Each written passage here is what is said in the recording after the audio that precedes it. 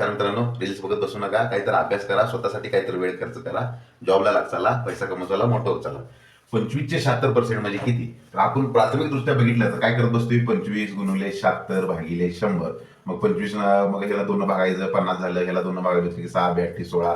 असं नाही ती फवड बसा करत बसतोय. ह्याला वेळ जातोय. असल्या सोप्या गणिताला वेळ दिला जास्त तर जी मोठी मोठी गणित आहेत त्याला वेळ राहत नाही आणि आपला पेपर निघून जातोय ना, आपण काय भरती होत नाही. म्हणून अशा वेळेला काय करायचं, 25चे 76% म्हणजे किती?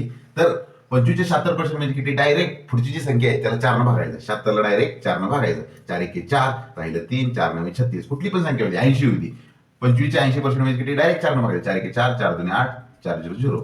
25चे 1%, 25चे 10% असू दे, 25चे 20% असू दे, डायरेक्ट जे पर्सेंट काढायचं आहे त्या संख्येला 4 भागायचं. एवढंच उत्तर संपलं. ही केलं मी.